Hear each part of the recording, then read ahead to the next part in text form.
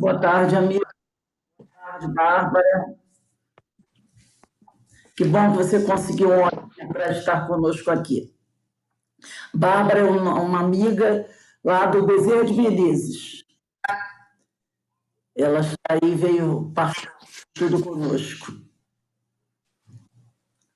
Nós fazemos esse estudo, Bárbara, sempre todo sábado, por volta agora de 4h15, 4h20. E aí a gente vai até umas 5h30, 20 para as 6, por aí. Tá bom. O livro Eu que nós usamos, nem todo sábado eu vou conseguir participar, porque eu já fui trabalhadora do Bezerra e hoje eu trabalho num centro de Umbanda. Então, hoje eu não tenho centro, mas quando der, se for permitido, quando eu puder, vai ser um prazer. tudo bem, não tem problema não. Ó, o livro base é esse aqui, ó.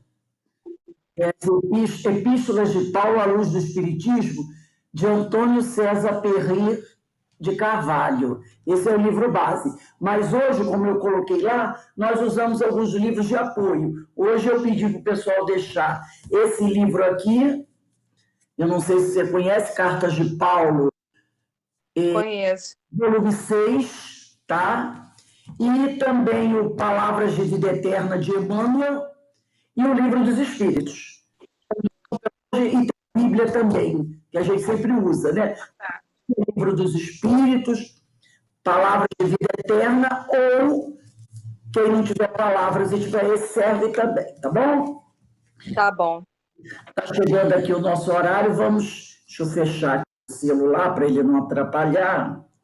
Deixa eu desligar o meu celular aqui. Então, fazer a nossa prece na nossa hora. Eu vou pedir à nossa amiga Eloá para abrir o microfone e fazer a prece. Se alguém quiser, durante o estudo, falar alguma coisa, é só ligar o microfone, falar e depois voltar a desligar, tá bom? Para não dar problema em microfonia. Pode fazer a prece. Pai de amor e misericórdia, Jesus, mestre amigo, mestre querido, mais uma vez reunidos em teu nome para iniciarmos o nosso estudo. Agradecemos a oportunidade de estarmos reunidos em nome de Jesus, para que possamos reaprender o necessário para a nossa vida todos os dias e colocarmos em prática. Que Jesus nos abençoe, abençoe a todos, encarnados e desencarnados, e que possamos fazer o melhor de nós, hoje, agora e sempre, graças a Deus, graças a Deus. Bem, meus irmãos, como eu falei, nós estudamos, fazemos o curso das Epístolas de Paulo, e o nosso livro base é esse aqui, As Epístolas de Paulo, à Luz do Espiritismo, de César Perry de Carvalho, publicação da editora O Clarim. Semana passada, nós iniciamos, né, no dia 6/11, o capítulo 11 desse livro, que foi Epístola aos Romanos, que tem outro título, subtítulo, Os Herdeiros de Deus. E hoje, dia 13 de novembro de 2021, nós vamos dar prosseguimento ao estudo das Epístolas aos Romanos, e nós estamos aqui na página 113, no último parágrafo da página 113, que começa assim: o missivista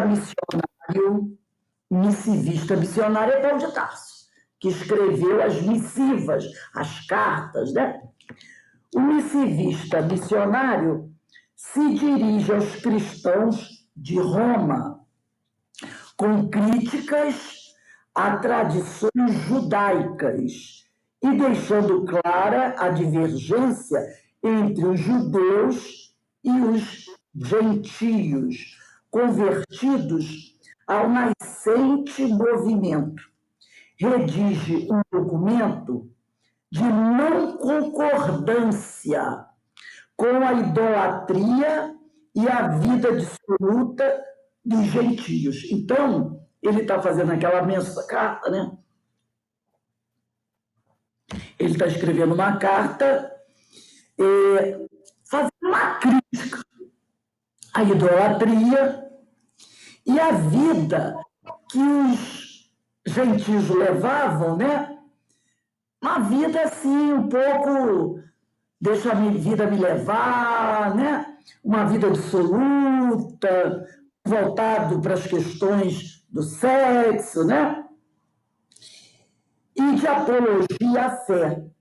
Então, ele escreve uma carta exaltando a fé, né? A importância da fé, apresentando subsídios para a compreensão da justiça de Deus. Então, nós estamos no livro, na página 113, né? Epístolas de Paulo à luz do Espiritismo. E continua o Antônio César Perry. O estudioso bíblico Champlin, como eu falei, um historiador, sintetiza o conteúdo da epístola como delineamento da doutrina cristã, justificação pela fé, transformação dos remidos segundo a imagem do Cristo. Então, o Champlin, né, ele fala sobre isso. Ele diz que essa carta ela tem um delineamento, que é a justificação pela fé e a transformação dos remidos segundo a imagem do Cristo. Então, que nós temos, dele, quer chamar a atenção, da necessidade de nós nos transformarmos, tendo Jesus como exemplo a ser seguido. Problemas em uma igreja local mundana, porque a igreja de Roma, né, imagine, Roma, o centro, a capital, entre aspas, do mundo, né?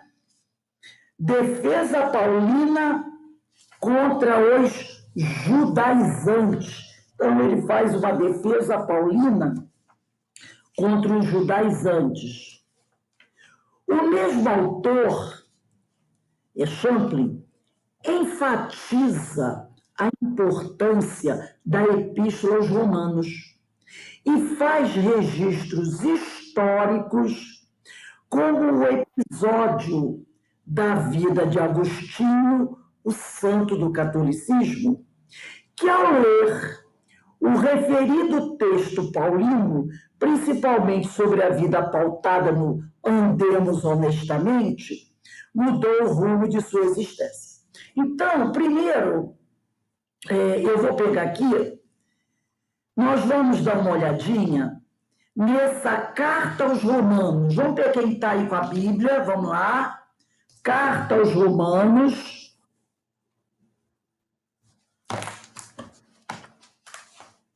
Abram aí, Carta aos Romanos, capítulo 13. Tá? Versículo 11. Deixem aí por enquanto, eu não vou ler agora não, mas já vão abrindo aí. A carta aos Romanos, para facilitar para vocês, ela é a primeira carta, tá? É a primeira carta depois do Atos dos Apóstolos. A primeira carta depois do Atos dos Apóstolos. Vocês vão ter o Evangelho de João, que é o último, aí vem Atos dos Apóstolos, carta aos Romanos, tá?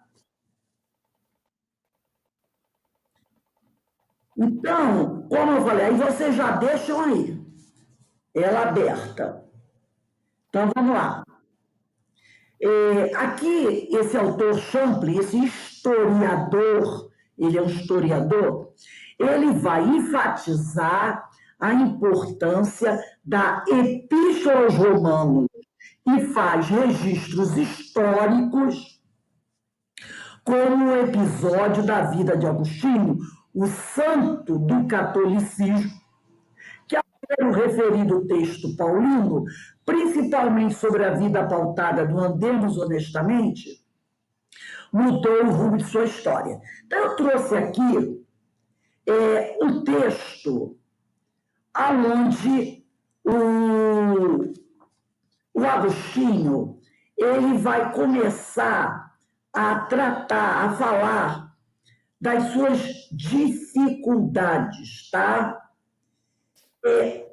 O Agostinho, ele vinha atravessando um período muito complicado na vida dele.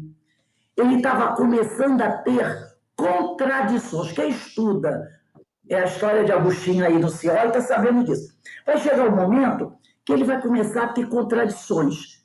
Ele vai começar a entrar em choque com o Evangelho de Jesus, com o modo dele viver. Tem um livro que eu gosto muito, é esse livro aqui, eu não sei se vocês conhecem, Agostinho, de Humberto Roden. Humberto Roden, tá? O Humberto Roden, um grande estudioso, ele já desencarnou. Ele diz assim sobre Agostinho, que ele era um gênio. E neste livro, que está aqui, biografado, que é Agostinho, e biógrafo, identificam-se. Roden, olha só, esse autor, Humberto Roden, ele estudou 103 obras de Agostinho em latim. Repare, ele estudou 103 obras em latim de Agostinho e aprofundou-se nessa obra numa extensa bibliografia. E ele apresenta uma análise empolgante sobre Agostinho. Então, ele estudou, gente, olha só, 103 obras em latim de Agostinho, antes de escrever a biografia dele.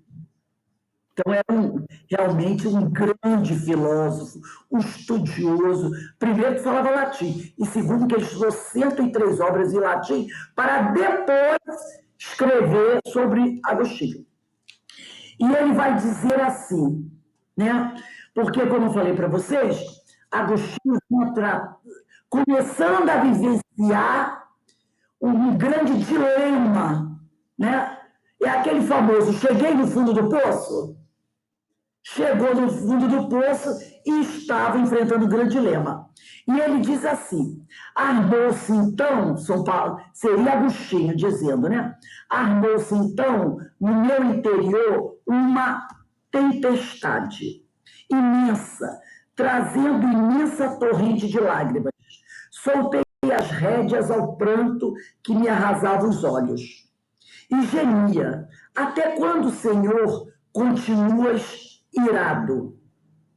Lança ao ouvido, quer dizer, ao esquecimento, as minhas iniquidades de outrora, pois eu me sentia preso por elas. Então, aqui, nós vamos só dar uma lidinha rápido para a gente ver que tipo de iniquidades Agostinho dizia ser portador. Porque ele diz assim, ó, até quando, Senhor, continuas irado? Porque ele acha que Deus está irado com ele. Aí ele pede, lança ao esquecimento, Senhor, as minhas iniquidades de outrora.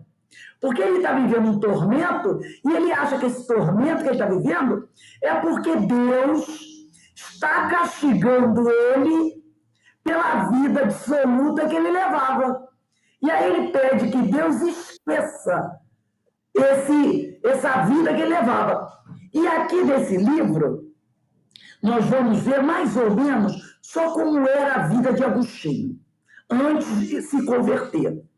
Aqui, ó, estava Agostinho em vésperas de fechar a grande curva que havia 30 anos o distanciava cada vez mais do centro do seu verdadeiro destino. Então ele estava vivendo uma vida que estava se afastando da grande missão que havia sido colocada para ele. Então ele estava indo no sentido totalmente contrário à missão que ele devia abraçar. Ele tinha chegado ao extremo apogeu da sua iniquidade. Com o repúdio da mãe de seu filho, ele chegou, que extremo? Ele vivia com uma moça, quando ele soube que ela estava grávida, o que ele fez? A repudiou. Imagina naquela época, uma mulher grávida que não era casada com ele, era amante dele. E quando ele descobre que ela está grávida, ele a repudia, manda ela embora. E aí o que ele faz? Aceita outra noiva. A mãe dele não gostava dessa moça que ele engravidou. Então, porque ela fazia parte, de certa forma, daquela vida dissoluta dele. Ele repudia a moça grávida e fica noivo de outra moça. E ainda por cima, com a vergonhosa recaída, a escravidão da sua desenfreada luxúria. E ele, novamente, depois que ele se afasta da mulher grávida e fica noivo de outra moça, ele volta a vivenciar aquela vida de luxúria, né? Perder Agostinho, também aos olhos de todo homem sensato, o último resquício de simpatia, de atrativo e de bela humanidade. Agostinho, além de pagão, adorava deuses, né? E herege, era contrário à igreja, libertino e sedutor, acabava de se tornar também uma repelente caricatura de homem, de amante, de esposo, de amigo. Repara o histórico do sujeito. Reduzido assim ao profundo abismo da sua miséria moral, né? Era chegado o momento de estender mãos suplicantes à altura da divina misericórdia. Então, a partir daí, a vida dele fica uma situação muito complicada. E ele começa a viver, né, essa crise existencial. E aí ele pede ao Senhor, ele pergunta: Senhor, até quando o Senhor vai continuar irado comigo? Porque ele acreditava que Deus estava irado com ele. Por isso que ele estava sofrendo.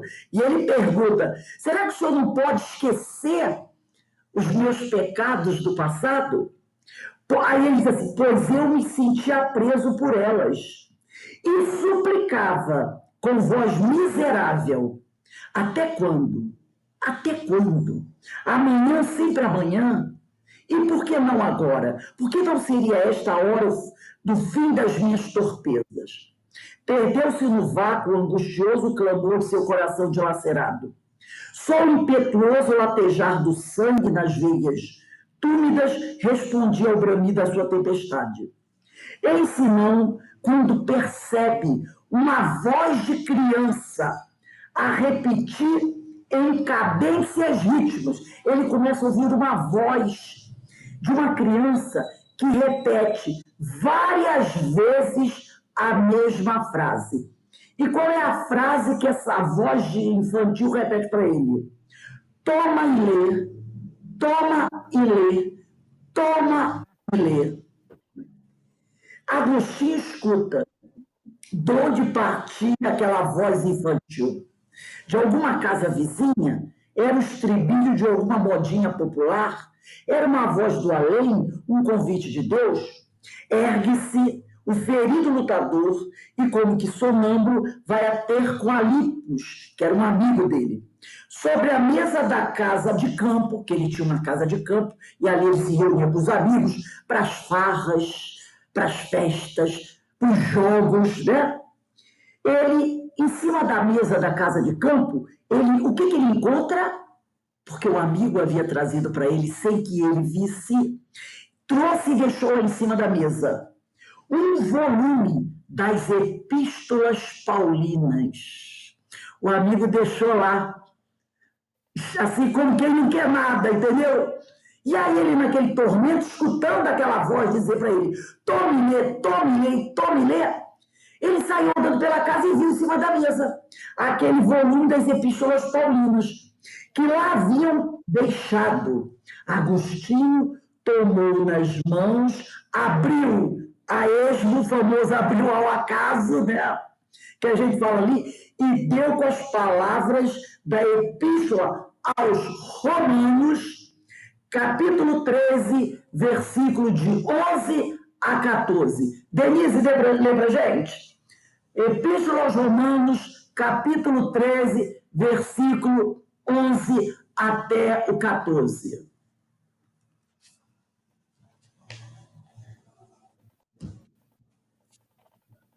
Vamos lá. Prestem bem atenção. A mensagem E ele leu.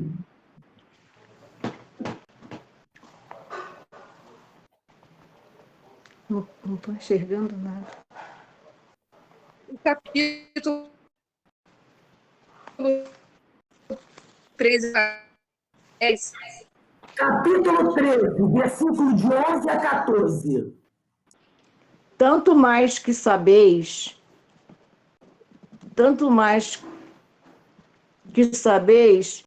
em que tempo vivemos.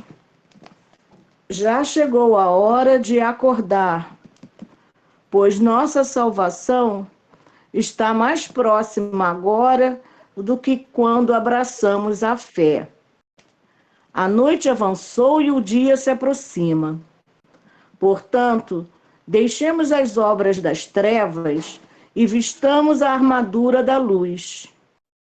Como de dia, andemos decentemente, não em orgias e bebedeiras, nem em devassidão e libertinagem, nem em rixas e ciúmes, mas vestivos do Senhor Jesus Cristo, e não procureis satisfazer os desejos da carne.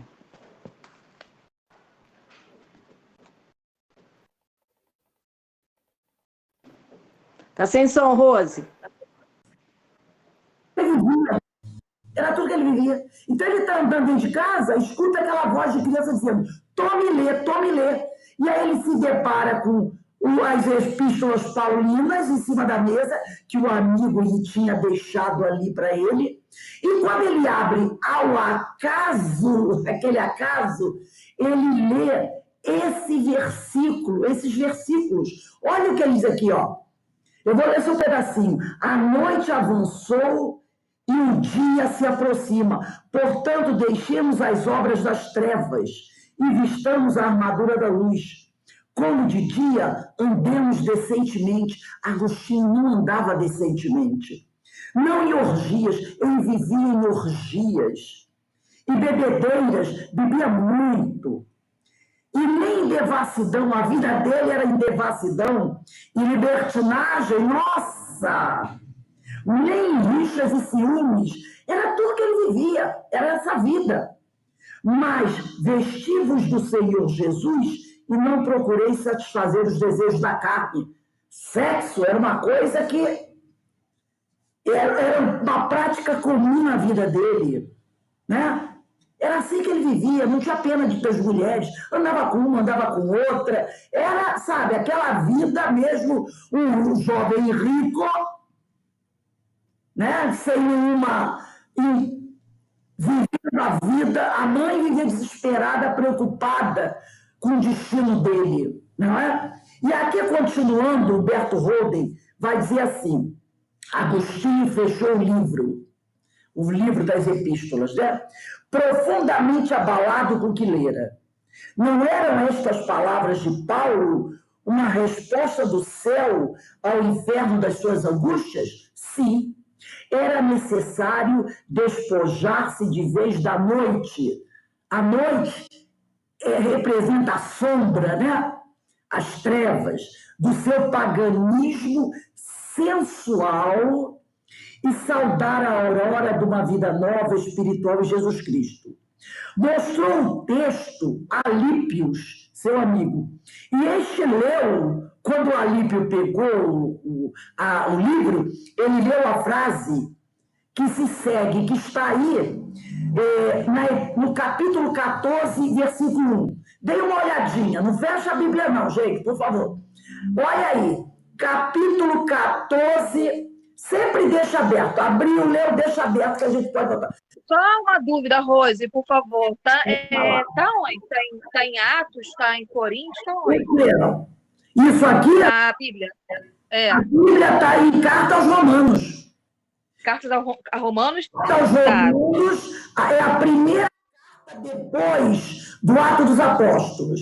Aos Romanos, agora eu vou para o capítulo 14, versículo 1, tá?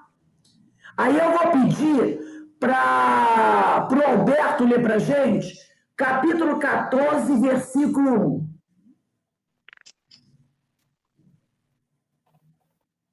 Dever de tolerância. Acolhei aquele que é fraco na fé, com bondade, sem discutir as suas opiniões.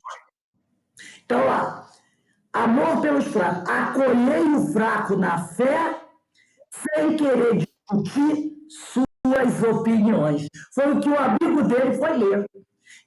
E Agostinho era um fraco na fé. Né? Então, tá lá. Acolhei o fraco na fé, sem querer discutir suas opiniões.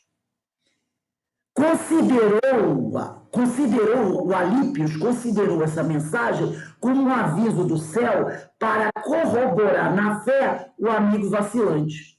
Houve momentos de grande silêncio, diz Humberto Roden. Agostinho cobriu o rosto com as mãos e rendeu-se incondicionalmente ao Cristo. E foi neste instante que desceu sobre a alma do filho de Mônica, que era a mãe dele, né, que é chamado de Santa Mônica, uma paz imensa, profunda e inefável divina. Sentiu Agostinho, nessa hora, o que nunca disse nem descreveu, porque é indizível e indescritível. Nos momentos mais humanos e mais divinos da sua vida, todo homem está a sós com Deus, circundado da solicitude do infinito. Sentiu Agostinho que só pode sentir o homem que, sem reserva, lança o seu pequeno eu humano ao oceano do grande tu divino. Foi esta hora suprema de Agostinho, a hora da crise, a hora da redenção. Cessou a tormenta da inteligência, do coração e da carne, e fez-se uma grande bonança em todo o seu ser. E neste momento sentiu Agostinho, pela primeira vez na sua longa vida de gozo e prazeres, o que é felicidade profunda, profundíssima felicidade. Morrera, naquele momento, o pagão sensual de Cartago. Cartago ficava na Tunísia, no norte da África. Nascera o cristão espiritual de Milão. Fizeste-nos para ti, Senhor, e inquieto está o nosso coração, até que descanse em ti. Né? Então, voltando aqui para o nosso livro do Perry de Carvalho, página 114. Vamos lá, vamos voltar para lá. Ele diz aqui, deixa eu ver aqui um instantinho. Opa. Deixa eu só pegar aqui. Vou voltar aqui. E transcreve, né? Ai, meu Deus, só um instantinho, que eu fechei o livro e... uma estrelinha. Então, vamos lá. Foi naquele exato instante, localizaram aí? Eu estou na página 114 desse livro aqui.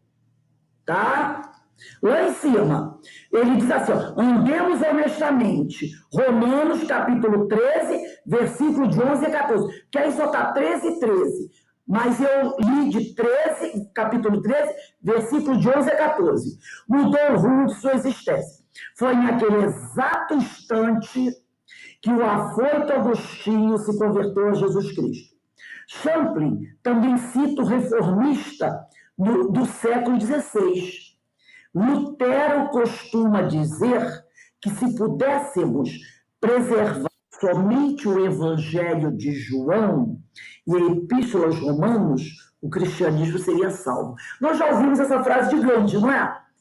Se todos os livros religiosos desaparecessem e ficasse apenas o Sermão da Montanha, nada seria perdido. E aqui Lutero diz, se pudéssemos preservar somente o Evangelho de João e a Epístola aos Romanos, o cristianismo seria salvo. Olha a importância de João Evangelista, gente. Né? Aí eu fui buscar aqui uma pequena referência para a gente relembrar quem é Lutero. A importância de Lutero para a religião. Lutero, na verdade, o nome dele era Martinho Lutero, tá? Monge da Ordem de Agostinho. Era um monge agostiniano, tá? Nasceu no dia 10 de novembro de 1483, na Alemanha, e desencarnou em 18 de fevereiro de 1546 em Esleben, na Alemanha. Na mesma cidade que ele nasceu, ele desencarnou. Foi o grande idealizador da reforma protestante contra as práticas de simonia. O que é simonia? É o ato de vender favores divinos, cargos eclesiásticos, coisas sagradas e a venda de indulgências. Quer dizer, perdoar culpas ou erros, misericórdias, absolvição de penas, tudo isso era vendido. A igreja vendia, né? Então, ele protestou contra a venda disso. As indulgências, a venda da simonia, tudo era vendido pela igreja, né? Se alguém estava doente e estava para morrer, vamos lá, dá extrema-unção à pessoa. Você paga e recebe a extrema-unção. Paga para casar, essa não sei se ainda vale até hoje, né? Paga para casar, paga para batizar, pagar para receber a misericórdia, tudo se cobrava da igreja. E ele protesta contra isso. E ele diz assim, o Martim Lutero, ele se inspirou no versículo de Paulo, na carta aos Romanos, capítulo 1, versículo 17, que diz assim, o justo viverá da fé, e não do dinheiro da igreja, e não do dinheiro que as pessoas pagam pelas indulgências. Então ele diz, o justo viverá da fé. Lutero iniciou a escrita das famosas 95 teses luteranas, afixadas na igreja de Wittenberg, na Alemanha, no dia 31 de outubro de 1517. Inclusive, agora, em 2017, foram comemorados os 500 anos da publicação dessas 95 teses de Lutero. E o que continha essas teses? Críticas às dos membros do clero católico. E aí inicia a reforma protestante, né? Então ele era um monge agostiniano. E aí a gente vê a ligação, gente. Agostinho tinha como orientador espiritual Paulo de Tarso. E Lutero tinha como orientador espiritual o nosso querido Paulo, o nosso querido Agostinho, entendeu? Viu a sequência? Paulo era o orientador espiritual de Agostinho, e Agostinho era o orientador espiritual de Lutero.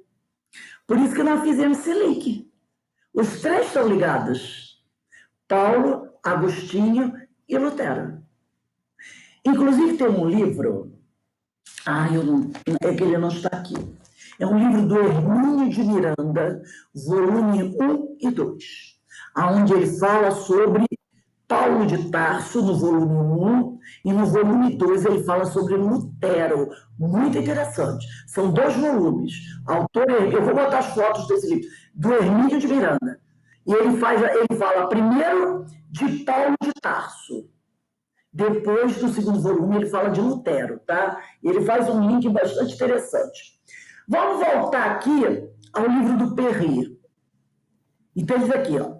Vou voltar. Lutero costumava dizer que se pudéssemos preservar somente o Evangelho de João e a Epístola aos Romanos, o cristianismo seria salvo. E também ele transcreve um trecho do reformador Calvino, que diz assim,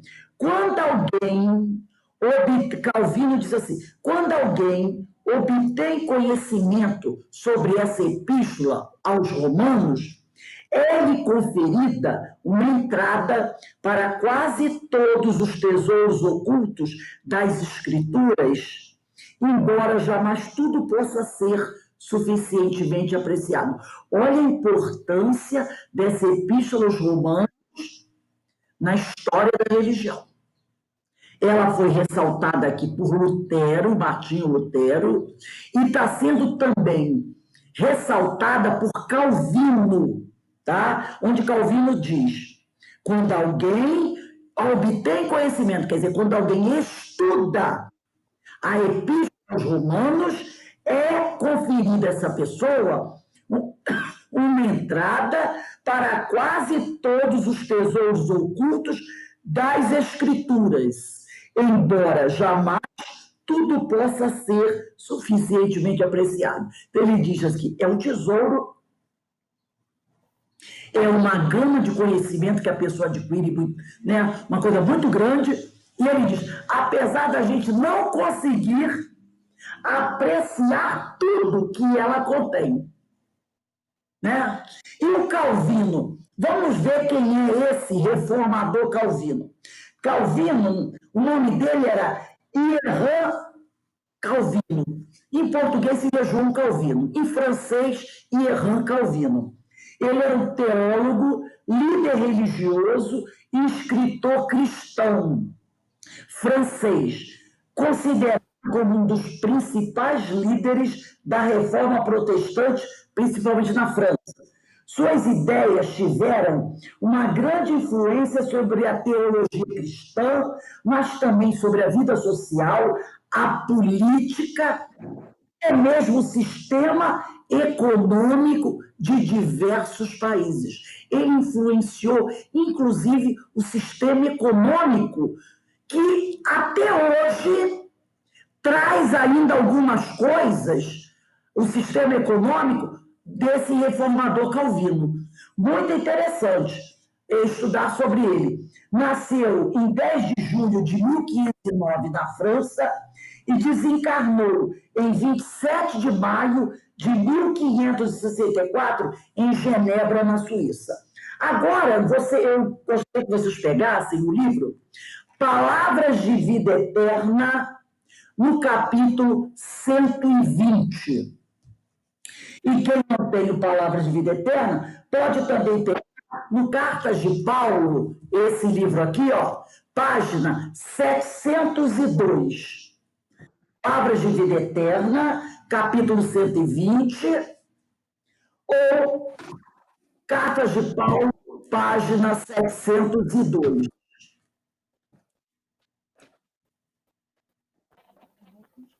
Vamos lá. 702, aí das Cartas de Paulo.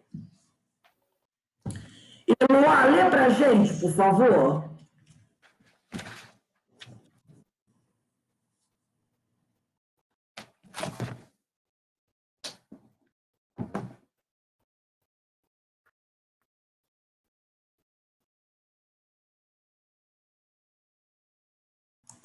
Eloá, pode ler para a gente? Estava sem, ok, desculpa, eu achei que eu estivesse com sol. Entretanto, nada quis fazer sem teu consentimento, para que a tua boa ação não fosse como que forçada, mas espontânea, nos domínios do bem. E as leis evolutivas que todos os agentes inferiores da natureza sirvam em regime de compulsória. Pedras são arrancadas ao berço multimilenar para que, obedecendo nas construções, tombam vegetais a duros lances de força para fazerem-se mais úteis. Animais sofrem imposições e pancadas, a fim de entregarem a prestar desserviço. Alcançando, no entanto, a razão por atestar da madureza própria, o espírito é chamado ao livre-arbítrio, por filho do Criador, que atingiu a maioridade na criação. Chegado a esta fase, ilumina-se pela chama interior do discernimento para a aquisição das experiências que lhe cabe realizar, de modo a erguer seus méritos, podendo, em verdade, escolher o caminho reto ou sinuoso, claro ou escuro, em que mais se apraza. Põe para fazer o bem amplamente, limitadamente, constantemente. Escrevendo a Filemon, disse Paulo, mas nada quis fazer sem o teu parecer, para que o teu benefício não fosse como por obrigação, mas espontâneo, Assim também o Divino Mestre para conosco, aqui e ali, propõe-nos de maneira direta ou indireta ensinamentos, atitudes, edificações e serviços, mas espera sempre por nossa resposta voluntária, de vez que a obra da verdade, da verdadeira sublimação espiritual, não comporta servos constrangidos. Então, olha só, ele aqui, nós estamos falando aqui, né, sobre como Agostinho estava. No caso, é o exemplo do Agostinho, que estava num momento de grande insatisfação pessoal, vivendo muitas dificuldades, né? E vamos nos colocando no lugar de Agostinho. Qual de nós já não viveu esses momentos de dificuldade, esses momentos de conflito pessoal? De várias formas. Pode ser pelo aspecto religioso, né? Vamos dizer, aquela dificuldade da crença em Deus, aquela dificuldade da aceitação das coisas, aquela dificuldade para resignação. Quantos de nós? É porque às vezes a gente está passando por momentos difíceis e a pessoa, aí vem aquela outra, diz, não, você precisa resignar, você precisa aceitar. E a pessoa tem dificuldades. Ela até sabe que precisa mudar a forma dela viver, mas ela não consegue, ela tem dificuldades. Isso na área religiosa. Mas existem também outras situações da vida da gente que nos leva a conflitos, a insatisfações. Às vezes a pessoa está vivendo uma vida, na área profissional, eu trabalho, mas eu não estou satisfeito. Às vezes é questão familiar, às vezes é dentro de um relacionamento. Todos nós, às vezes é questão da nossa saúde, a gente não consegue aceitar o que a gente está passando. Esse momento que Agostinho viveu, de não saber para onde vai, o que fazer, quem já não enfrentou um momento como esse na sua vida? Todos nós já enfrentamos, né? E aqui Emmanuel fala assim, é das leis evolutivas que todos os agentes inferiores da natureza sirvam em regime de compulsória. E depois ele diz aqui, pedras são arrancadas ao berço multimilenário para que obedeçam nas construções. Animais sofrem imposições e pancadas a fim de se entregarem à prestação de serviço. Aí ele diz aqui, alcançando, no entanto, a razão por atestado de madureza própria, o espírito é chamado ao livre-arbítrio por filho do Criador que atingiu a maioridade na criação. Lembra que nós estudamos isso?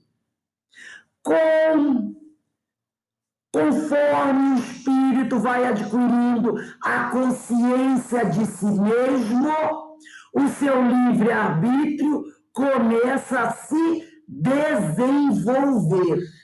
E aí ele diz aqui, chegado a essa fase, ilumina-se pela chama interior do discernimento para a aquisição das experiências que lhe cabe realizar, de modo a erguer seus méritos, podendo em verdade escolher o caminho reto ou sinuoso, claro ou escuro e que mais se apraza. Foi todo o estudo que nós tivemos, se eu não me engano, na quinta-feira da Diversidade dos Carismas. Porque depois que o nosso livre-arbítrio começa a se desenvolver, vêm as nossas escolhas. E, de acordo com as nossas escolhas, virão as consequências, que poderão ser boas ou não. Aí ele diz aqui, reflete, pois, na liberdade íntima e pessoal de que dispões para fazer o bem amplamente, ilimitadamente, constantemente. Escrevendo a Filemon, que nós vamos depois estudar a carta a Fílemon, disse Paulo, mas nada quis fazer sem o teu parecer, para que o teu benefício não fosse como por obrigação, mas espontâneo. Essa coisa aqui, a história aqui é muito interessante. É porque Fílemon, na realidade essa carta a Fílemon, ela não chega a ser como as outras cartas, é mais uma carta íntima, aonde ele está pedindo a Fílemon um favor, tá? Aí aqui, ó, assim também o Divino Mestre para conosco. Aqui e ali propõe-nos de maneira direta ou indireta ensinamentos e atitudes, edificações e serviços, mas espera sempre por nossa resposta voluntária, de vez que a obra da verdadeira sublimação espiritual não comporta servos constrangidos. Então, nós estamos vivendo ali, às vezes, um momento de dificuldade, mas a gente tem onde buscar ajuda. E essa ajuda onde se encontra, gente? No Evangelho de Jesus. No exemplo que o Mestre nos dá. Basta que a gente vá buscar essa ajuda. E ela chega ao nosso alcance. Olha o caso de Agostinho. Ele estava em aflição. E aí ele começa a conversar, a falar com Deus. Esse Deus que ele ainda não compreende. E olha a resposta chegando. Ela vem através de um versículo de Paulo que ele leu, entre aspas, de um livro que foi colocado na mesa ao acaso. Não é? Quantas vezes a gente está numa certa situação muito aflitiva e aí chega um amigo, traz uma palavra, você recebe um telefonema de outro. Aqui nós que somos espíritas, né? Pegamos o Evangelho e abrimos ao tal do acaso, e está ali a resposta para a nossa dor, para a nossa dificuldade. Às vezes, não é a resposta que eu queria, porque eu queria aquela resposta patibum, sabe? Aquela que, pimba, vem, resolve tudo. Mas a resposta, às vezes, não é assim. Às vezes, a resposta diz assim, mantenha calma e espera. Lembra aquelas palavras de Lívia para Paulo? Eu não sei bem se a ordem é essa, mas seria assim: confia, espera, ama e perdoa. Ou confia, espera, ama e trabalha. Né? Mais ou menos assim. Às vezes a resposta é essa. Né? Confia, espera, perdoa e trabalha, ama e trabalha. Às vezes a resposta é essa. Mas hoje a gente fez esse estudo agora. Ama, trabalha, espera, perdoa. Ama, trabalha, espera, perdoa. Aí o cara diz assim, mas não é isso que eu quero. Eu quero a resposta. Eu quero 6 números da Mega Sena.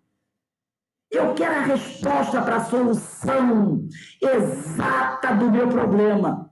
Mas a resposta, essa aí que Eloá deu. Ama, espera, trabalha e perdoa, né? Repete aí, Eloá, pra gente. Ama, trabalha, espera, perdoa. Ama, trabalha, espera, perdoa. Espera, perdoa. O cara faz assim, meu Deus, mas isso eu sei. Ama, trabalha, eu sei, mas não é bem isso que eu queria. Mas a resposta é essa. A resposta é essa. Ama, trabalha, espera e perdoa. Né? A resposta é essa.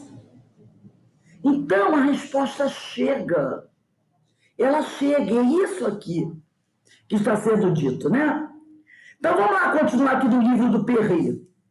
O ex-rabino, que é Paulo, defende a diretriz de divulgação dos ensinos de Jesus para todos. Esse pronome, não é, gente? Esse pronome todos, aonde a gente vá, aonde a gente estude, ele aparece, pelo menos 3 vezes em cada estudo. Então, Paulo defende a diretriz de divulgação dos ensinos de Jesus para todos, sem distinção de nacionalidades e, ao analisar a tradição judaica, manifesta sua tristeza por causa da incredulidade dos judeus e pelo fato deles rejeitarem o Cristo. Então, Paulo diz, os ensinos de Jesus têm que ser universalizados, precisam ser levados para todos. Aí já tem um tremendo do conflito com os judeus, né? Porque eles não aceitavam. Os judeus, os cristãos judaizantes, aqueles judeus recém-convertidos ao cristianismo, não aceitavam que se levasse para os gentios, que eram os pagãos. E aí Paulo diz, não. Esse ensino tem que ser universal, né? E quando ele analisa a tradição judaica, essa tradição que ele seguiu durante muito tempo, ele fica muito triste por causa da incredulidade desses judeus que estão rejeitando o Cristo. Eu vou pedir, Alberto, se você estiver aí, você pode ler para a gente? Não, eu acho que o Alberto saiu. Então, eu vou pedir para Ana Brito. Ana Brito, lê para a gente, se você tiver... Você está com a Bíblia aí? Não, né? Então, eu vou ler aqui. Quem tiver, abre aí, na carta... Pode falar. Está aí, Alberto? Estou. Romanos, por isso que eu falei para não fechar. Carta aos Romanos, a mesma que isso. Capítulo 9, versículos de 2 até 7. De 2 até 7, espera aí. Isso. Romanos de 2 até 7. Isso. Capítulo 9. O 9. Porque Paulo, ele está muito contrariado, muito triste, por causa da incredulidade dos judeus e pelo fato deles rejeitarem o Cristo. Aí vamos dar uma lidinha aqui na carta aos Romanos, capítulo 9, versículo de 2 até 7. Sinto grande pesar, incessante amargura no coração, porque eu mesmo desejaria ser reprovado, separado de Cristo, por amor de meus irmãos, que são do mesmo sangue que eu, segundo a carne. Eles são os israelitas. A eles foram dadas a adoção, a glória, as alianças, a lei, o culto, as promessas. E os patriarcas, deles descendo Cristo, segundo a carne, o qual é sobre todas as coisas, Deus bendito para sempre. Amém. Não quer dizer, porém, que a palavra de Deus tenha falhado, porque nem todos os que descendem de Israel são verdadeiros israelitas. Como nem todos os descendentes de Abraão são filhos de Abraão, mas é em Isaque que terás uma descendência que trará o teu nome. Tudo bem. Então, olha só, ele está, né, bastante triste, porque os judeus, eles não acreditavam no Senhor, né? Então, ele diz aqui, ó, eu vou reler um pedacinho. O meu está um pouquinho contrário. Digo a verdade em Cristo, não muito, e disto me dá testemunho a minha consciência do Espírito Santo. Tenho uma grande tristeza e uma dor incessante em meu coração. Quisera eu mesmo ser anátema, separado de Cristo em favor de meus irmãos, de meus parentes, segundo a carne, que são os israelitas, aos quais pertencem a adoção filial, a glória, as alianças, a legislação, o culto, as promessas, aos quais pertencem os patriarcas, e dos quais descende o Cristo. Segundo a carne, que é acima de tudo, Deus bendito pelos séculos. E não é que a palavra de Deus tenha falhado, pois nem todos os que descendem de Israel são Israel. Nem todos os que descendem de Israel são Israel. Como nem todos os descendentes de Abraão são seus filhos, mas de Isaque sairá a descendência que terá teu nome. Então, desde Abraão, nós já estudamos isso, a história do povo hebreu, o Cristo, o Mestre, vem sendo prometido. Os ensinos do Senhor vêm sendo anunciados pelos antigos profetas. Mas os judeus, até aquela época, não aceitavam o Cristo. Quando nós estudamos a história do povo hebreu, nós vimos isso. Que os profetas do Antigo Testamento anunciaram Jesus. Falaram da sua vinda. Mas até esse momento que Paulo está vivenciando, muitos ignoram, apesar de lerem, de conhecerem, estudarem as escrituras do Antigo Testamento. Então, como é que eles podem se dizer verdadeiros estudiosos das escrituras e dos profetas e não compreenderem, não aceitarem o mestre que está ali e que veio anunciado ao longo de todo aquele tempo? Então, ele não aceita essa contradição, né? Paulo, ele era um espírito sincero e leal, com a mesma intensidade e fé que dedicou ao judaísmo, igualmente se entregou a Jesus, quando percebeu que de fato era o Messias prometido. No momento que Jesus se apresenta para ele na estrada de Damasco, ele se depara com aquela palavra do mestre, ele compreende, ele aceita, tá? E ele se entrega a Jesus. Seu coração estava triste e dolorido porque seu povo não aceitara Jesus. O povo judeu foi o povo escolhido lá no Antigo Testamento, lembra? Para o guardião dos ensinos da lei moral. E desde o patriarca Abraão se estabelecera a primeira aliança com Deus, que nós estudamos aqui detalhadamente. E depois pelos seus descendentes, até Moisés e os profetas. Em nenhum momento os hebreus estiveram sem a presença divina para lhes conduzir o aprendizado espiritual, até que este pudesse ser levado a todos os povos. Então, desde Abraão até Paulo, eles sempre receberam o amparo divino. E mesmo assim, eles repudiavam a palavra do Mestre Jesus. Então, Paulo acha aquilo uma incoerência terrível. Ele não consegue entender isso. Vamos voltar ao livro do Perry.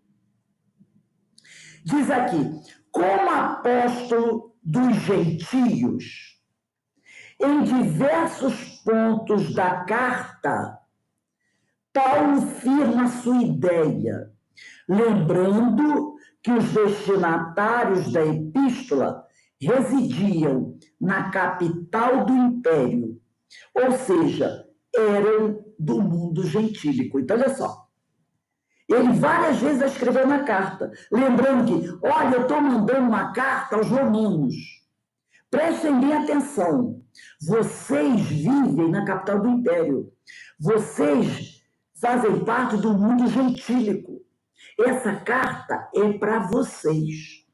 Eu vou pedir agora para... Deixa eu ver aqui no instantinho. Deixa eu ver aqui. Denise, lê para a gente aí a carta aos Romanos, capítulo 1, versículo 16. Aí no livro tem também, tá? Quem quiser ler pelo livro, a Denise vai pela Bíblia. Vocês podem ver no livro aí do doutor César Perry.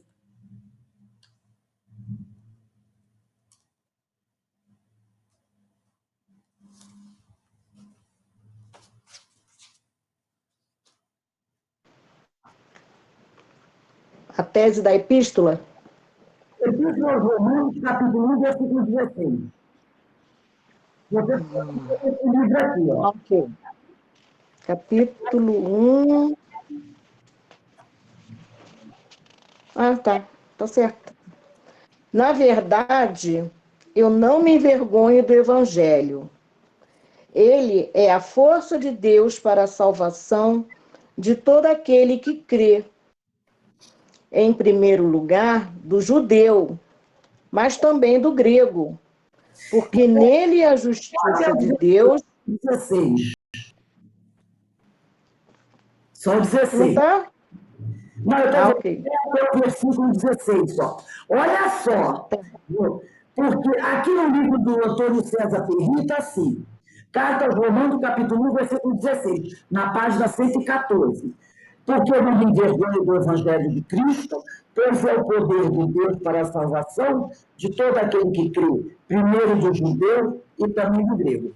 Aí eu vou falar aqui, vou fazer uma inconfidência, ou melhor, vou fazer um comentário aqui. Na quinta-feira, eu não deixo passar nada. Ainda bem que as duas estão aí. A dona Denise e dona Ana Constantino estavam conversando na aula dos ensinos de Jesus, no capítulo, estavam estudando o capítulo, fechando, né, o capítulo Imortalidade e Religião. E as duas, olha como eu sou, isso aqui é um pandemônio, é um perigo. E as duas estavam falando sobre a questão de, não hoje, mas no passado, terem um certo receio de se dizer espíritas. Dona Constantino, dona Denise? Então, olha só. Levo. O versículo de Paulo, ele diz assim, porque não me envergonho do Evangelho de Cristo. O Espiritismo não é o cristianismo de vivo? É. Pois é o poder de Deus para a salvação de todo aquele que crê, primeiro do judeu e também do grego. Então, a coragem da convicção revela a madureza do espírito, capaz de afirmar sua fé em quaisquer circunstâncias e perante qualquer pessoas. Então, Rose. deixa eu repetir aqui. A coragem da convicção revela a madureza do espírito, capaz de afirmar sua fé em quaisquer circunstâncias e perante quaisquer pessoas. Espera só um instante, Alberto. É porque quando estou estudando Imortalidade e Religião na quinta-feira, que na quinta-feira, às 18h10, nós estudamos os ensinos de Jesus, que está naquele livro do Caimar Schutter, Parábolas e Ensinos de Jesus, da segunda parte. Elas estavam estudando isso. E as duas comentaram que não hoje, gente, não hoje, mas que alguns anos atrás, a Denise falou que tinha uma certa dificuldade de se afirmar espírita perante as outras pessoas. A Ana Constantino, estou entregando, gente, mas ele estava entre amigos, disse que ela até tirava os livros da prateleira para que quem visitasse a casa dela não visse que ela é espírita e ficasse fazendo críticas, mas que hoje não. Hoje ela deixa os livros lá e se alguém falar alguma coisa, ela rebate e se afirma espírita. Ela hoje não tem mais essa insegurança, como a Denise falou que hoje não, ela confia. Mas aqui, fazendo as nossas pesquisas, nós podemos dizer isso. Nós agíamos assim. E eu estou aqui contando esse fato que eu achei muito interessante, porque ainda o espírito ainda não estava muito maduro, ainda não estava muito convicto na fé. Entendeu? Por isso que muitos de nós agíamos assim. Tínhamos até, entre aspas, isso é muito comum, gente. Alguns anos atrás, a pessoa tinha dificuldade, tinha medo de dizer que era espírita, dizia assim, não, eu vou dizer que... porque sempre tinha alguém que dizia assim, então você é macumbeiro? Não é assim que falavam? Muita gente falava assim. E você é da Umbanda e do Candomblé? Não tem nada a ver com essas religiões. Não tem nada a ver. São religiões dignas, são religiões onde os amigos espirituais estão trabalhando, fazendo bem, como também estão lá na igreja evangélica, como estão na igreja católica, como estão no budismo. Mas nós, às vezes, pela nossa ignorância, ficávamos abalados. Quando não deveríamos. Nós temos os nossos irmãos que frequentam candomblé, nós temos nossos irmãos que frequentam Umbanda, nós temos nossos irmãos que frequentam a igreja católica, a igreja protestante, os nossos irmãos budistas, os nossos irmãos hinduístas, todos eles realizando o trabalho de Jesus. Porque o Senhor disse, a minha casa tem muitas moradas, né? Um negócio assim, me faltou a palavra. Então, o amor de Jesus está em todos os lares. O problema não está nas religiões, o problema está nos homens, nos preconceitos. Tem aquele que tem preconceito contra o irmão evangélico. Aí diz assim, olha a expressão, os crentes. Não é? Isso é preconceito e ignorância. Aí o irmão espiritualista da Umbanda, do Candomblé, macumbeiro. Não sabe nem o sentido da palavra. A palavra macumba é uma dança. Aí fala de Allan Kardec. Allan Kardec, ele gostava daquelas... Nem conhecia as religiões, pelo menos conhecia de nome as religiões africanistas. Aí do católico, você dizia, é fanático, é barata de igreja. É assim. Então, as religiões não têm nada a ver. O problema está na nossa ignorância e no nosso preconceito. Aí tem aquele que diz assim, eu não entro na igreja católica. Igreja? Ih, meu Deus. Eu não entro na igreja do crente, não.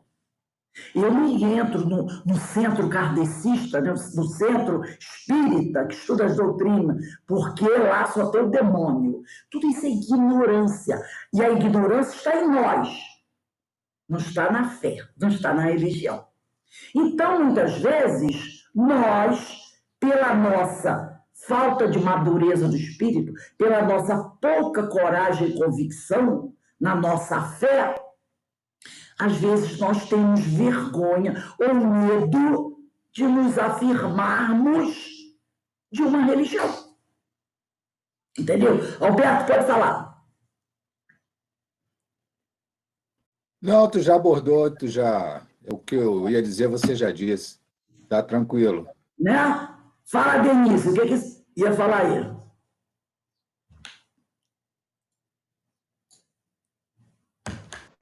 Eu só ia pedir, já mandei aí escrito.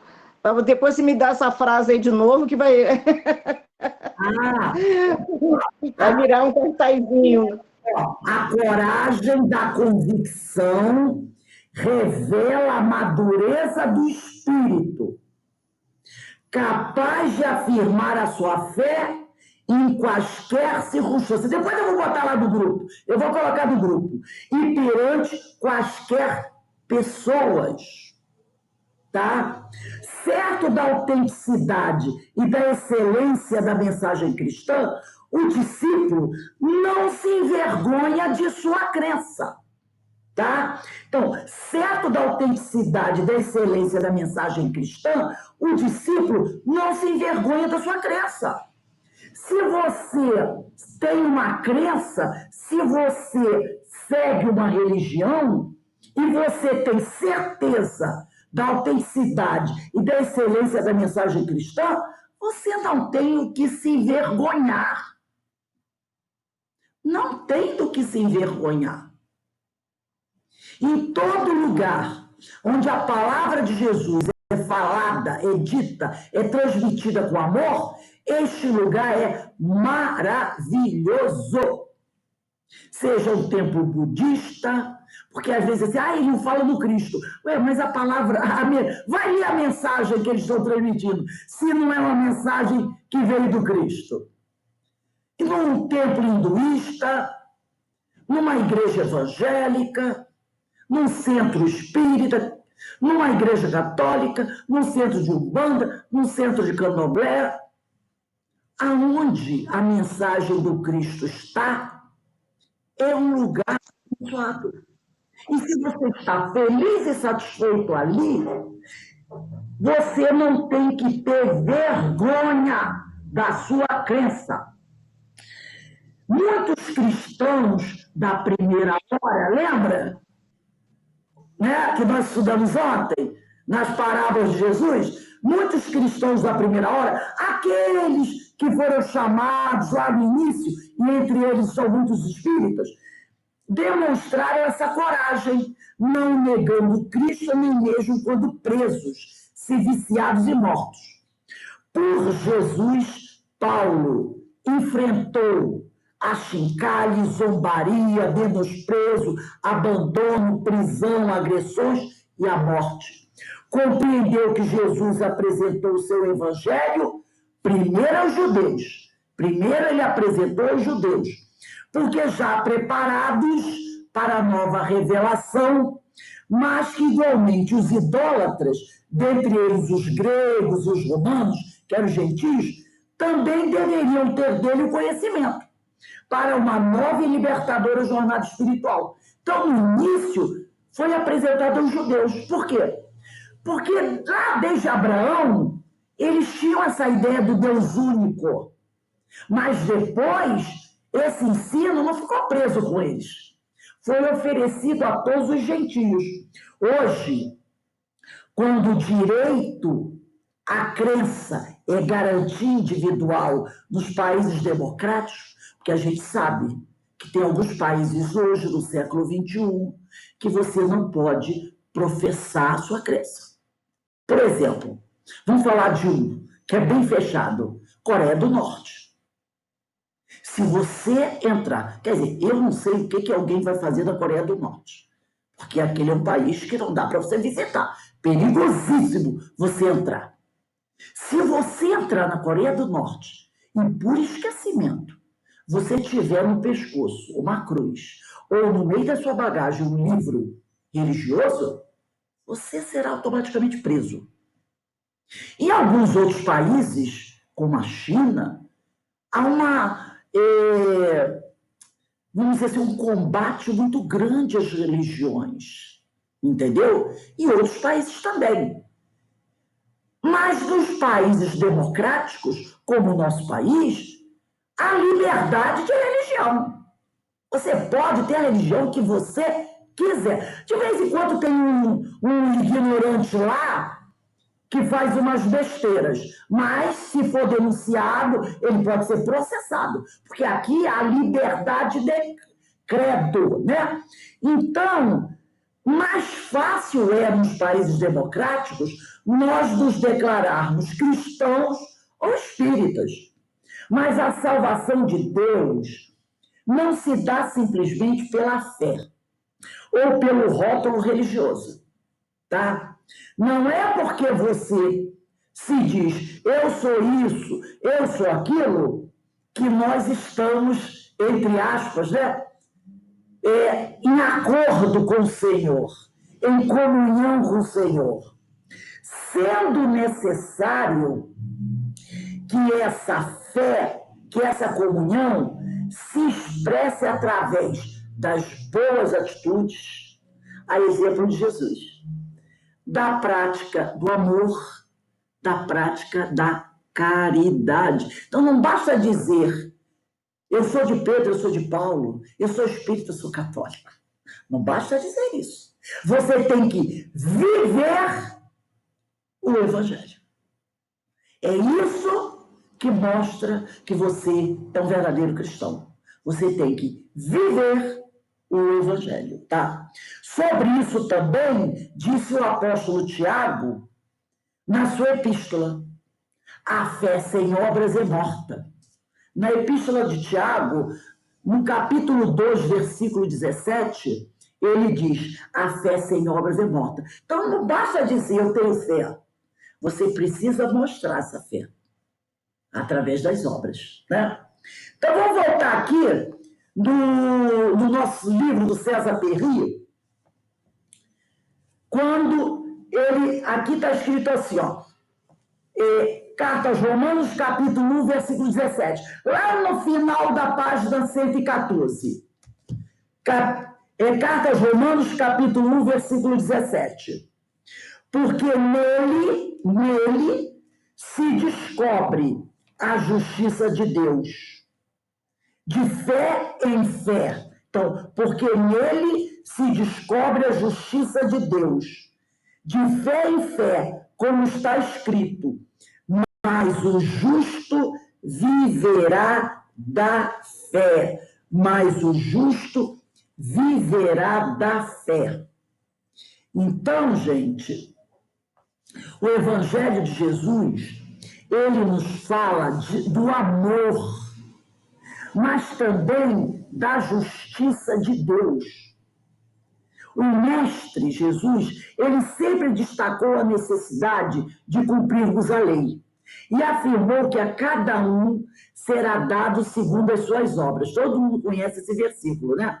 Ao dizer que a justiça de Deus se descobre de fé em fé. Paulo intuiu que a confiança, como qualquer outra virtude, só se desenvolve pouco a pouco. É com o passar do tempo, na experimentação sucessiva dos acontecimentos, com a devida reflexão sobre as consequências boas ou ruins das nossas condutas. Lembra que a gente vem estudando isso ao longo da semana? Aí vem assim, lei de causa e efeito. Quando é que acaba o efeito? Quando mudar a causa. Quando a nossa conduta for alterada. Mas isso leva um certo tempo, né? Então, Paulo intuiu que a confiança, como qualquer outra virtude, só se desenvolve pouco a pouco, na experimentação sucessiva dos acontecimentos, com a devida reflexão sobre as consequências boas ou ruins das nossas condutas. Porque a cada ação tem uma reação. É a lei de causa e efeito. E quando é que esse efeito acaba? Quando a gente mudar a nossa causa. Então, Paulo vinha analisando isso, né? Sobre as consequências boas ou ruins das nossas condutas. Não é mera expressão verbal, fruto de uma emoção momentânea, mas decorre de um longo processo, quase sempre exigindo muitas reencarnações, tá? E no Livro dos Espíritos, nós encontramos amplo estudo sobre as leis morais. A partir da questão 614 de O Livro dos Espíritos, começa o estudo das leis morais, auxiliando-nos no fortalecimento da fé, que agora não mais é simples crença, mas certeza inabalável. Dessa forma, quem deseja ser justo, aquele que cumpre a lei de Deus, viverá segundo a fé que já conquistou, revelando-a na sua ação para o bem. Aí eu vou pedir, Zé Marcos, você tem aí a Bíblia? Ou não? Não precisa. Lê aí, Zé Marcos, no livro do Terri. Lê aí para a gente. Ah, não, desculpe, vai ter que ser na Bíblia mesmo. Se você tiver Carta aos Romanos, capítulo 1, versículo 18. Aí ele está com o Novo Testamento. Lê aí para a gente, Carta aos Romanos, capítulo 1, versículo 18.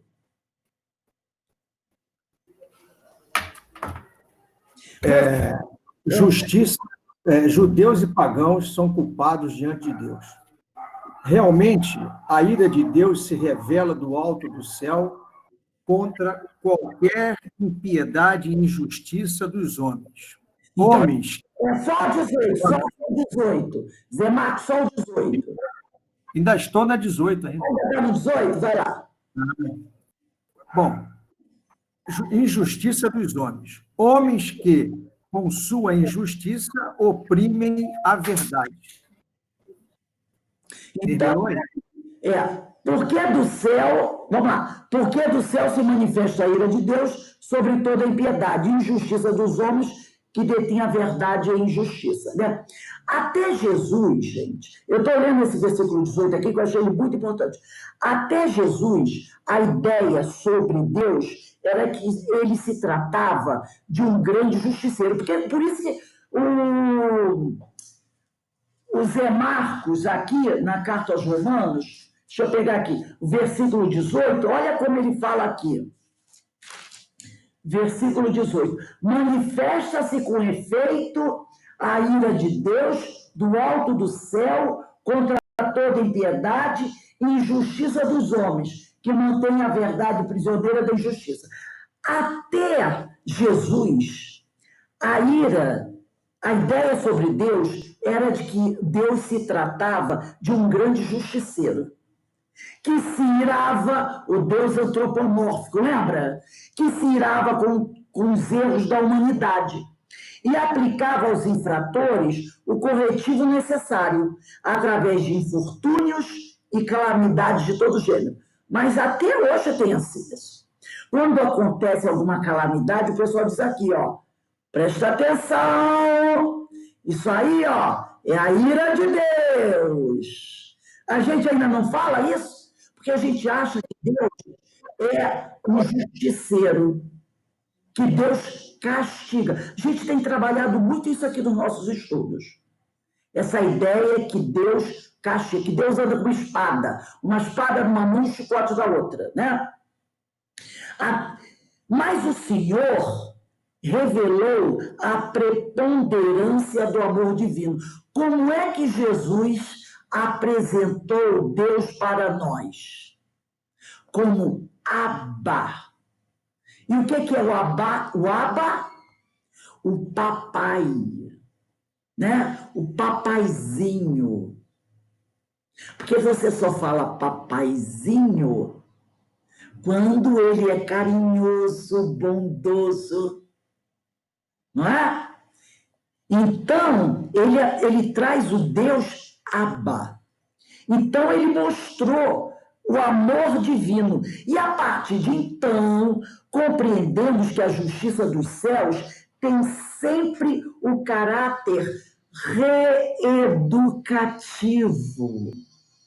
A lei do Senhor, ela tem um caráter reeducativo e não punitivo, como nós ainda acreditamos, ensinando aos espíritos a diferenciar o bem do mal.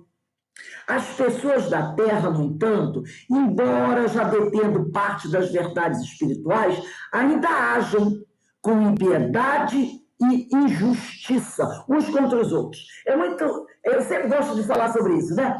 Quando acontece alguma coisa com a pessoa, aí o jornalista vem correndo conversar com a pessoa. E aí, minha senhora ou meu senhor, o que a senhora pretende a partir de hoje? Aí ela levanta o cartazinho e diz assim, eu quero justiça. É justiça que ela está querendo mesmo? Ela está querendo o quê? Eu quero que Deus puna aquele que está me fazendo sofrer. Quando a pé fica, justiça, justiça. Entendeu? Mas a lei de Deus não é uma lei punitiva. Não é, o que eu quero é vingança, gente. Falando português claro, eu quero que ele sofra como eu estou sofrendo, eu quero que ele pague com muita dor e muito sofrimento a injúria que ele fez contra mim. Não é isso? Aí a pessoa diz assim, eu não vou buscar justiça, não. Eu entrego para Deus. Ainda tem essa frase, né? Eu entrego para Deus. Mas a lei do Senhor não é punitiva. Ela é reeducativa. Tá? Mas todos nós, seja encarnado ou desencarnado, estamos inexoravelmente sujeitos à justiça dos céus, que não permite cair uma folha sem que isso seja útil, e que obriga, aí é o tal do impõe, que a gente sabe que não é obrigar a me impor, é necessidade, que mostra para todos nós a necessidade de todos a reparação dos equívocos cometidos. Assim, a expressão tal da ira divina, ira de Deus, deve ser admitida no contexto histórico e cultural da época de Paulo. Olha como a gente está atrasado.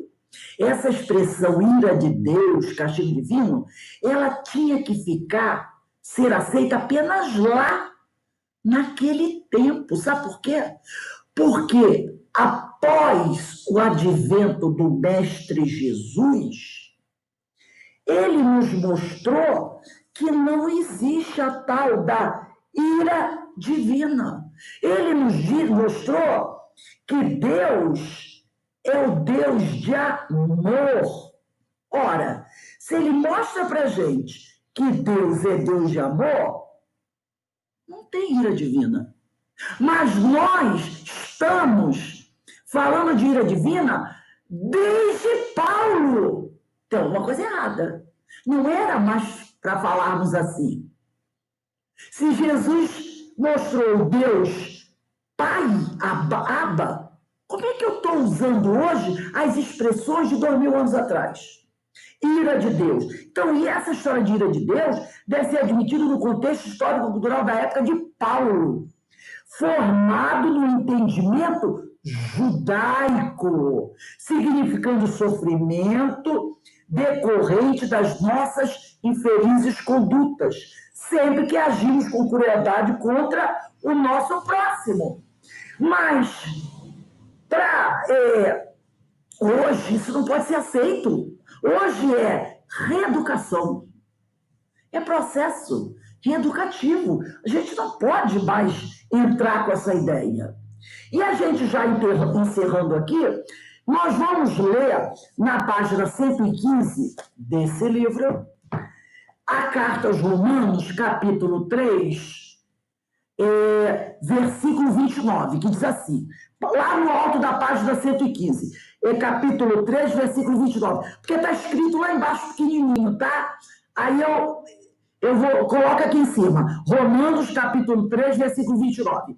É porventura Deus somente dos judeus? E não é também dos gentios? Também dos gentios, certamente. Isso foi escrito por Paulo. É porventura Deus somente dos judeus? Ele fez uma pergunta. E aí ele fez outra. E não é também dos gentios? Também dos gentios, certamente. Então, o Deus dos judeus é o Deus dos gentios. É um Deus só. Essa posição do ex-doutor da lei judaica é importante, pois os grupos cristãos iniciais de Roma adotavam posturas judaizantes. Era aquele romano ou judeus convertido ao cristianismo, mas que não aceitava o ensino de Jesus e queria colocar práticas judaicas dentro do cristianismo. Ele tinha por objetivo atender a todas as nacionalidades. E, por razões óbvias, na capital do Império, Roma, sem desrespeitar compromissos valorizados pelo Estado romano, tá? E sem comprometer os integrantes dos grupos cristãos. Inclusive, Paulo fez uma recomendação na mesma linha do Cristo, com sua oportuna resposta sobre dai a César o que é de César, tá? Então, Paulo, ele ia com muito cuidado. Ele estava sempre, ele queria atender a todos e apresentava a palavra do Mestre Jesus, mas sem desrespeitar os compromissos valorizados, pelo Estado romano. E sem comprometer os grupos cristãos que estavam ali, que corriam muito risco. Então, ele estava sempre procurando atender, ajudar todos, e ele dizia, olha, Jesus falou, dai a César o que é de César. Ele aplicava o ensinamento cristão, os ensinos de Jesus, mas sem desrespeitar a crença romana. E aí, né, para a gente ir encerrando, a gente pode dizer o seguinte: as religiões, elas costumam disputar a representação de Deus, né? A gente sabe disso. Na Terra, sendo verdadeiro somente aquilo que é por elas apregoado. Então, é aquele famoso companheiro que diz assim: a salvação está na minha religião. Até entre algumas religiões muito semelhantes, tem brigas, né? Às vezes, religiões pentecostais, né? É aquela coisa: se você é da minha religião, você está salvo. Se você é daquela linha, você não está salvo, né? Então, mesmo o politeísmo dos gregos e romanos não deixava de já ser uma busca do céu, do Deus único, cuja intuição permanece da intimidade de cada espírito. Mas Deus está acima das vaidades e dos conceitos humanos e permanece único e de todos, aceitemos ou não. Então, não adianta eu dizer que o Deus espírita é superior ao Deus protestante, dos protestantes, é superior do Deus da Igreja Católica. Não adianta dizer isso, porque ele é um Deus só, tá? A razão não admite que Deus se parta para atender às conveniências pessoais e nem que faça a diferença entre as suas criaturas. A forma como compreendemos depende de nossa maturidade espiritual. E, apesar disso, ele permanece imutável. Vai sempre oferecer a cada um, indistintamente, todas as oportunidades de aprendizado, com variadas opções, para que possamos dele nos aproximar o mais depressa possível. É o que está lá na questão 115 de O Livro dos Espíritos. Quando Kardec pergunta: dos espíritos, uns terão sido criados bons e outros maus? E os espíritos dizem: Deus criou todos os espíritos simples e ignorantes, isto é, sem saber. A cada um deu determinada missão, com o fim de esclarecê-los e de os fazer chegar progressivamente à perfeição, pelo conhecimento da verdade, para aproximá-los de si. Nesta perfeição é que eles encontram a pura e eterna felicidade. Então, ele, Deus, permanece imutável e vai sempre oferecer para cada um de nós, indistintamente, todas as oportunidades de aprendizado, com variadas opções, para que possamos deles nos aproximar o mais depressa possível. Porquanto isso nos dará oportunidades de adquirir sabedoria e amor, consequentemente, a felicidade que almejamos com tanto ardor. Por isso que Paulo disse nessa carta aos Romanos, no capítulo 3, versículo 29, é porventura Deus somente dos judeus? E não é também dos gentios? Também dos gentios, certamente. Deus é um só, né? Não importa a religião. Quem faz essa separação somos nós, agindo, mais uma vez, com ignorância, com os nossos preconceitos. Então, a partir da semana que vem, a gente vai começar aqui na Carta aos Romanos, capítulo 13, versículo 7, tá bom? Alguém gostaria de fazer algum comentário sobre o nosso estudo de hoje?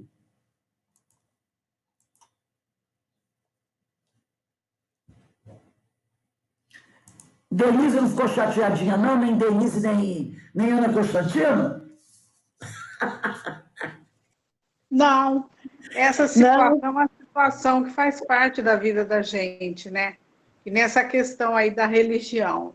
Teve um caso na família de dois evangélicos, um é da Batista, o outro é Universal, começaram a discutir.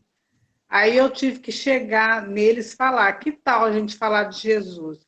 Pronto, acabou a briga. Entendeu? Porque eu acho que é falar de Jesus. Falou de Jesus, resolveu o problema. Calou a boca de todo mundo. Porque não, vamos falar de Jesus, é o importante. Ele está presente em todas as religiões. Com certeza. as discussões, as dissensões, são nossas questões pequenas, não é? Nossas questões pequenas. Eu achei essa colocação e como vem se apresentando essas cartas romanas, ela é fabulosa, gente. Tanto é que ela foi aqui exaltada por Lutero Calvino. E foi justamente através das cartas romanas que Paulo se converte. A conversão de Paulo vem através das cartas romanas, naquela passagem belíssima. Então, olha a importância, né, de a gente estudar. E aí eu vou fazer o estudo dessa carta de Romanos bem detalhado, porque aqui no livro do Antônio César Perry, ele faz um estudo, mas eu achei um pouco resumido, tá? Um pouco resumido, até porque a gente tem, se ele for mergulhar em toda a carta, fica difícil.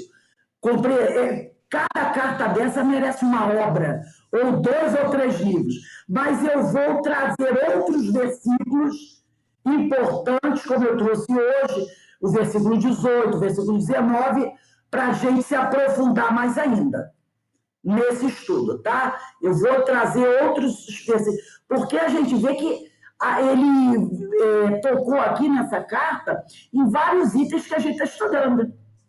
Na diversidade dos carismas, no livro dos Espíritos. Então, vê como ela é ampla e como ela é profunda, tá bom? Alguém mais gostaria de falar mais alguma coisa? Tudo bem? Nós temos aí a nossa amiga Érica, que veio estar com a gente, a Bárbara também, mas a Bárbara já precisou sair, e o Zé Marcos está aí também com a gente. Então, nós vamos aqui, e aí isso é para vocês verem quando eu presto atenção no estudo de vocês, hein? Ensino de Jesus. Eu estou cantando ligada, só captando para trazer subsídios para os nossos estudos. Então, meus amigos, vamos encerrar aqui os nossos estudos. Érica, você aceitaria fazer a nossa prece de encerramento? Faço sim. Deus, nosso Pai, Jesus, nosso irmão, nosso amigo, nosso mestre, espiritualidade, amiga de luz, Francisco de Assis, e todos os trabalhadores que estão a nos amparar e intuir nesse instante. Só temos a agradecer e pedir, Pai, que possa ser distribuído por todo esse universo onde haja mais sofrimento, onde haja mais necessidade de consolo, esclarecimento, os fluidos aqui gerados a partir desse estudo, dessas vibrações positivas. Fique conosco, Senhor, nos abençoe, em nome de Jesus, que assim seja. Antes da gente encerrar, aqui uma divulgação. É que no dia 21 de novembro, o próximo domingo, nós teremos às 10 horas, de 10 às 11h30, a nossa irmã Michele Pires Jesus, que ela vai fazer o nosso Fórum de Ideias e Debates 2021. E o tema é aceitação consciente e não passiva da dor. Aceitação consciente e não passiva da dor. É aquela coisa, né? Se eu estou passando por uma dificuldade, como é que eu estou passando por ela? Trabalhando, enfrentando, seguindo em frente, de cabeça erguida, ou eu estou me passando por essa dificuldade, caída no chão, chorando, esperneando?